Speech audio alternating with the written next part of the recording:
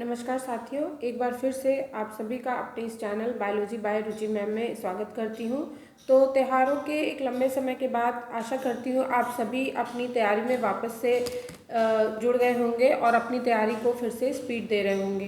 देखिए, यही समय है अपनी तैयारी को धार देने का, क्योंकि ये समय जो आपको रुका हुआ लग रहा है, असली में जो एस्पिरेंट सेलेक्ट होंगे फाइनल लिस्ट में जिनका नाम होगा, उनकी तैयारी की स्पीड इसी समय सबसे अधिक होगी।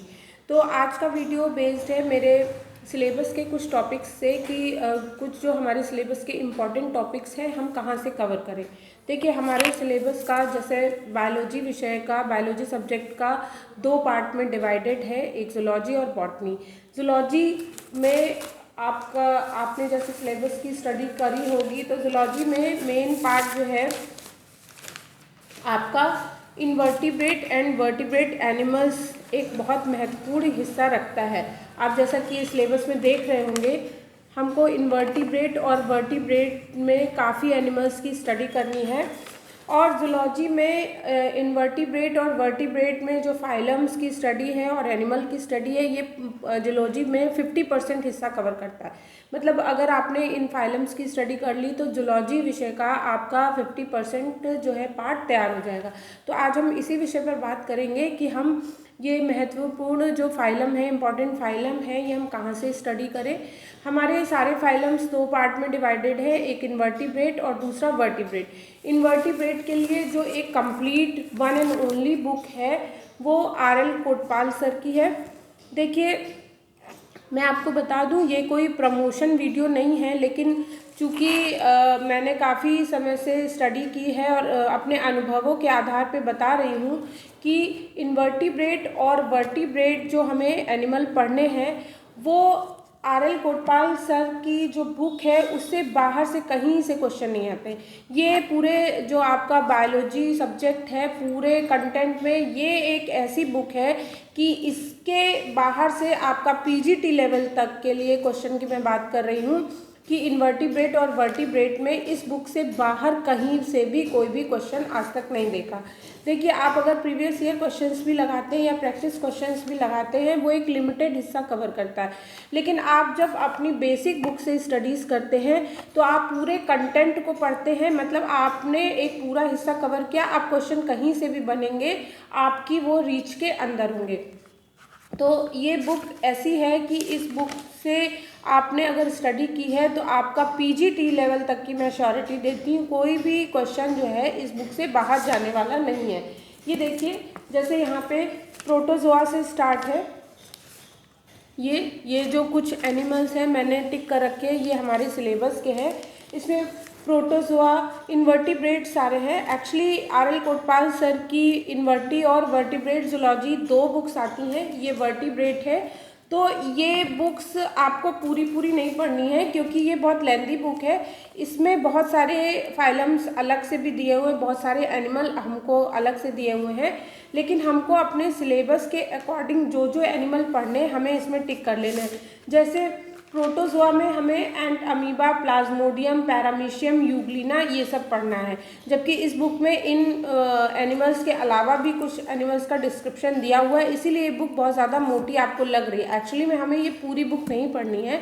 तो आप अपने सिलेबस के अकॉर्डिंग जो है एनिमल्स में टिक कर लेंगे जो जो एनिमल पढ़ने हैं। इसी के साथ ही पॉरीफेरा में इस बुक में बहुत सारे एनिमल्स दिए हुए हैं, लेकिन आपको सिर्फ 2 एनिमल पढ़ने हैं, ल्यूकोसोलिनिया एंड साइकन। सिलेंट्रेटा में आपको 3 एनिमल पढ़ने, hydra, Obelia and Aurelia. Helminths में आपको फैशियाला हिपेटिका, टीनिया सोलियम, एस्कैरिस और हेलमिंथीज और उनके द्वारा जो डिजीज़ फैलाई जाती हैं उनके बारे में। एनिलिडा में नीरीज, फेरेटिमा, लीच। आर्थ्रोपोडा में कॉकरोच, मस्का डोमेस्टिका, मॉस्कीटो और प्राण। मोलस्का में यूनियोपाइला, इकाइनोडार्मेटा में फिश।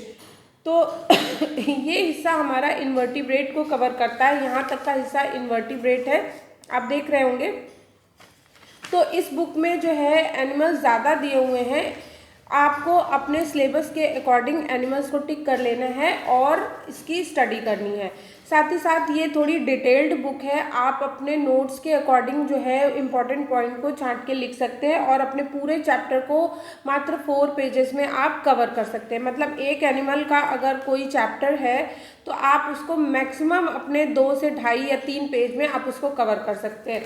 अब एक बात बहुत ध्यान देने वाली है, तो ये चीज़ें आपको अनुभवों से ही आती हैं। अगर आपने इन पूरी बुक्स की स्टडी की है और टीजीटी पीजीटी का कोई एग्ज़ाम दिया है तो आपको ज़रूर ये बात पता होगी कि ये जो आपके पीछे मल्टीपल चॉइस क्वेश्चंस दिए हुए हैं, ये देखिए, ये जो मल्टीपल चॉइस क्वेश्चंस दिए हुए हैं, ये क्वेश्चंस एज इट इज़ जो है एग्ज़ाम में उठाए जाते हैं। चूँकि यही एक कंप्लीट बुक है तो मैंने मैक्सिमम जो टीजीटी पीजीटी के जो प्रीवियस ईयर जैसे 2016 2021 वाले पेपर हुए हैं तो मैंने देखा है टू दी मतलब हूबहू यही क्वेश्चंस जो है उठा के पेपर में दिए जाते हैं।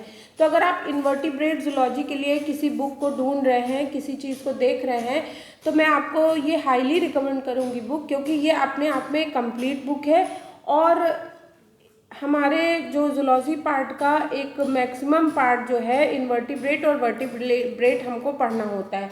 तो मैं आपको ये दोनों बुक सजेस्ट करूँगी। देखिए, वर्टिब्रेट में जो हमको एनिमल्स पढ़ने हैं, ये बुक आपको देखने में बहुत मोटी लग रही होगी, लेकिन हमको इस बुक को पूरा कवर नहीं करना है। हमको इसमें जो सिलेक्टेड एनिमल्स हैं हमें वो पढ़ने हैं। जैसे कि इसमें वर्टिब्रेट में प्रोटोकॉर्डेट्स में स्टार्ट होता है, इसमें बैलेनोग्लॉसिस भी दिया हुआ है, इसमें Hemichordata, urochordata, amphioxus, Cephalochordata, Protochordata सब कुछ दिया हुआ है। लेकिन हमको अपने सिलेबस में बैलेनोग्लॉसिस नहीं पढ़ना है, टॉन्गवर्म, हमको केवल हर्डमानिया और साथ में ब्रैंकियोस्टोमा, साथ में हमको फाइलम के कैरेक्टर। तो इस तरह से ये बुक इतनी लेंथी नहीं है, लेकिन आप इस चैप्टर को पढ़ते हुए अगर आप शॉर्ट में नोट्स बना लेते हैं और उसके साथ में स्टडी करते हैं तो मैं ये मानती हूँ कि अगर ये दोनों बुक्स आपने नोट्स बना के और इसके जो मल्टीपल चॉइस क्वेश्चंस को आपने स्टडी कर लिया तो इसके बाहर अगर फाइलम से कोई क्वेश्चन आता है तो इन दोनों बुक्स के बाहर ये क्वेश्चंस जो है नहीं जाते हैं। इसी तरह से मैं आगे आने वाली वीडियो में भी आपके साथ ऐसी कुछ बुक शेयर करूंगी जो हमारे सिलेबस के लिए नटशेल का काम कर रही है, क्योंकि देखिए सिलेबस बहुत वास्ट है। ऐसे में जो 4-5 साल से तैयारी कर रहे हैं उनके लिए भी चीज़ों को याद रख पाना, मान लीजिए आपने पूरा सिलेबस कवर किया हुआ है लेकिन आपको नटशेल में चीज़ें चाहिए होती है। एग्ज़ाम जैसे जैसे नज़दीक आता जाता है हमको चीज़ों को रिवाइज़ करना होता है और प्रैक्टिस करना होता है। तो हम कुछ लिमिटेड बुक्स ऐसी हैं जिनको अगर हम स्टडी करते हैं तो हमारा एक बहुत बड़ा हिस्सा कवर होता है। देखिए सिलेबस तो बहुत बड़ा है और साथ में अभी तो हमारे पास टाइम है, लेकिन चीज़ों को अपने माइंड में रिटेन रखवाना भी एक बहुत बड़ी प्रॉब्लम होती, क्योंकि जैसे जैसे हम याद करते जाते हैं पीछे की सारी चीज़ें भूलते जाते हैं।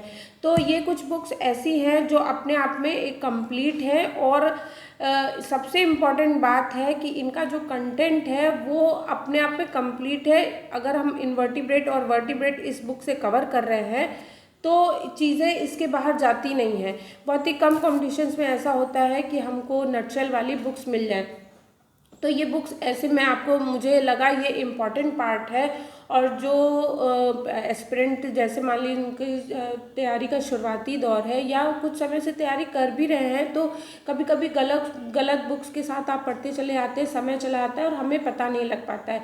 तो मैं आगे आने वाली वीडियोज़ में भी जो हमारे सिलेबस के और दूसरे टॉपिक्स हैं उनके लिए जो बुक्स मैं कवर कर रही हूँ मैं आपके साथ ज़रूर शेयर करूँगी।